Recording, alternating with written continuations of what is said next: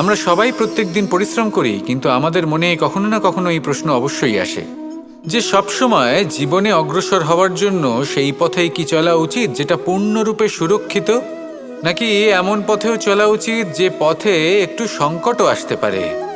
এবার আমি আপনাদের বলবো যে বিকাশ কিভাবে হয়। ছোট্ট একটা উদাহরণ দিই বিকাশের। আমরা ছোটবেলায় কিভাবে হাঁটতে শিখি। যখন আমরা শিশু অবস্থায় থাকি তখন আমরা একটি পা মাটিতে রাখি, দ্বিতীয় পাটি আমরা শূন্যে উত্তোলিত করি, তারপর সেই পা আমরা আবার মাটিতে রাখি আর তার উপর ভিত্তি করে আমরা আবার অন্য পাটা ফেলি। ঠিক এভাবেই আমরা হাঁটতে শিখে যাই। এবার এক্ষেত্রেও আমরা ছোট্ট একটা ঝুঁকি নিই, আর সেটা হলো যে আমরা পাটি শূন্যে উত্তোলিত করেছি। এতে বিপদ হলো এটাই যে আমরা ভুল করে নিজের ভারসাম্য হারাতে পারি, পড়ে যেতে পারি। অনেকবার পড়েও যাই, কিন্তু তারপরে কি হয়, আমরা আবার উঠে দাঁড়াই আর চলতে শুরু করে দিই, আর ঠিক এভাবেই আমরা হাঁটতে শিখে যাই। এমন জীবনেও হয়। জীবনেও এইভাবেই কর্ম করতে থাকুন। এমন কিছু কর্ম করলেন যার ফলে বিপদ আসতেই পারে, পরাজয় হতেই পারে, কিন্তু সেটা পার করলেই বিকাশ সম্ভব। তাই কর্ম করতে থাকুন আর আমার সাথে ভালোবেসে বলুন, রাধা রাধা। মানুষ জীবনে সব সময় চিন্তা করে, ভাবতে থাকে যে তার জীবনে কতই না সমস্যা।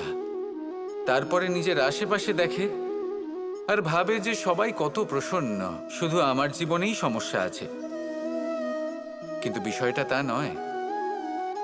শুধু প্রত্যেক ব্যক্তিরই নয়, প্রত্যেক প্রাণীরও জীবনে সমস্যা আছে। এবার মানুষ একটা পাখিকে দেখে এটাই ভাবে যে এদের জীবন কতটা সহজ। কোনো দেশেরই সীমারেখা এদের ওপর লাগু হয় না। কোথায় থাকবে সেই নিয়েও কোনো ভাবনা নেই, কত শান্তির জীবন এদের।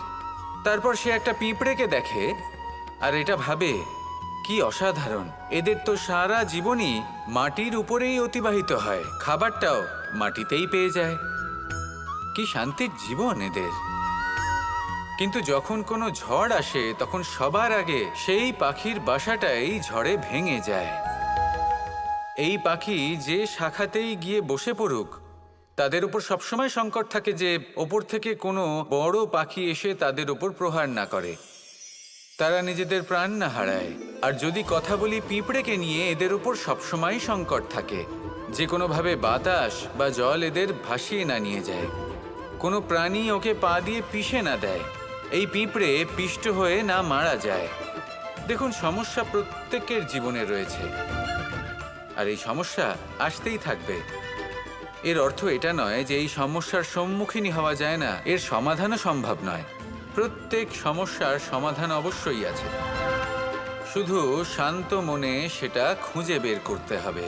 তাহলে সেটাই করুন, প্রত্যেক সমস্যার সমাধান করতে থাকুন। যত সমাধান করবেন জীবন আনন্দময় হয়ে উঠবে। যদি সমাধান না করেন তাহলে আজীবন দুঃখই পেতে থাকবেন। আসুন আমার সাথে ভালোবেসে বলুন, রাধা রাধা। মানুষ সবসময় নিজেদের জীবনে ভবিষ্যতের বিষয়ে ভাবতে থাকে। কখনো উৎসাহিত হয়, কখনো চিন্তিত হয়, কখনো স্বপ্ন দেখে যে আমি ভবিষ্যতে গিয়ে খুব বড় কেউ হব, কখনো কল্পনা করে যে আমি কখনো সেই স্থানে গিয়ে পৌঁছব। দেখুন, ভবিষ্যতের কথা ভাবা অনুচিত কিছু নয়, কিন্তু এই ভবিষ্যতের কথা ভাবতে ভাবতে বর্তমানকে ভুলে যাওয়াটা অনুচিত।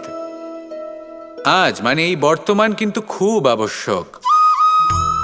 আমাকে বলুন, আজ আপনি বর্তমানে যাই হন না কেন, সেটা এমন কেন? তার কারণটা কি? তার কারণ হলো অতীতকালে আপনার কর্ম আর আপনার নির্বাচন। সেই সকল কর্মের জন্যই আজকের এই বর্তমান কিছুটা এই রকম হয়েছে। ঠিক সেইভাবেই আপনার এই বর্তমান আপনার ভবিষ্যৎ রচনা করবে। ভবিষ্যতে এই বর্তমান অতীতকাল হতে চলেছে। আপনার ভবিষ্যতের আধার হলো এই বর্তমান। তাই শুধু স্বপ্ন দেখবেন না, শুধু কল্পনা করবেন না।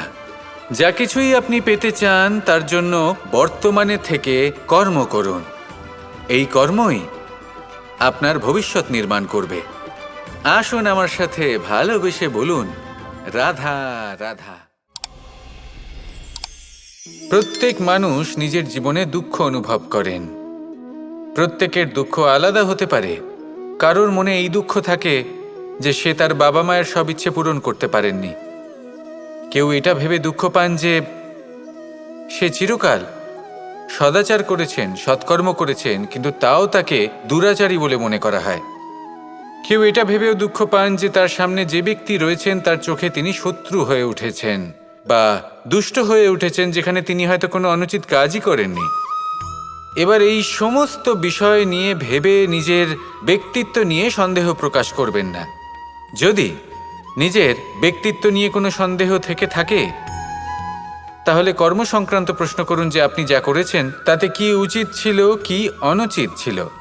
যেটা প্রয়োজন সেটা এটা বোঝার যে আপনার অন্তর্মন, আপনার বিবেক আপনাকে কি বলছে, আর আপনার অন্তর্মন আর আপনার বিবেক আপনাকে যেটা করতে বলবে শুধু সেটাই করুন।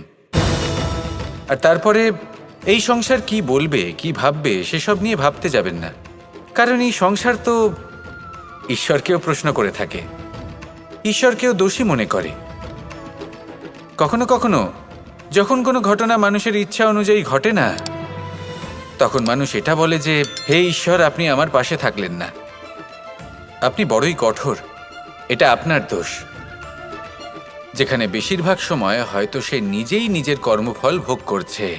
আর কখনো কখনো ঈশ্বর হয়তো তার জন্য আরো ভালো কোনো পরিকল্পনা করে রেখেছেন, কিন্তু মানুষ সেটা বুঝতে পারে না। তাই দিনের শেষে যেটা প্রয়োজন সেটা হলো নিজের মনের কথা বুঝতে হবে। আপনার বিবেক কি বলছে শুধু সেটাই করুন, আর সামনে এগোতে থাকুন। আমার সাথে ভালোবেসে বলুন, রাধা রাধা।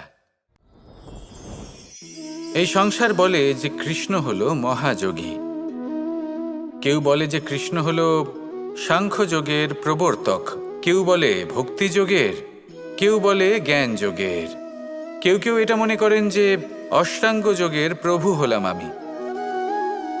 কিন্তু এই যোগ আসলে কি?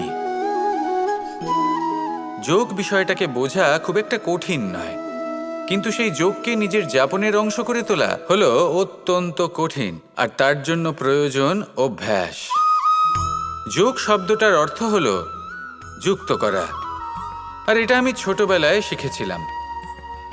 যখন আমার মাখন খেতে ইচ্ছে করত আর মা মাখনের সেই হাঁড়িটা ওপরে টাঙিয়ে রাখতেন, তখন আমরা ভাবতাম যে অত দূরে পৌঁছবো কি করে। তখন আমরা যোগের বিষয়ে জানতে পারলাম, আর তখন জানতে পারলাম যে সবথেকে গুরুত্বপূর্ণ যোগ আসলে কি? সহযোগিতা, সাহায্য। আমরা সব সখারা একসাথে জড়ো হতাম, একে অপরের পিঠের ওপর উঠে দাঁড়াতাম, আর তারপর আমরা ওই মাখনের হাঁড়ির কাছে পৌঁছতে পারতাম, আর তারপর আমরা সবাই মিলে সেই মাখন ভাগ করে খেতাম। সহযোগিতা, এটা অত্যন্ত গুরুত্বপূর্ণ। পাণ্ডবরাও মহাভারতে এটাই করেছিলেন। ওনাদের সাথেও কেউ ছিল না, একে অপরকে সাহায্য করে ওনারা অনেক বীরদের একত্রিত করেছিলেন।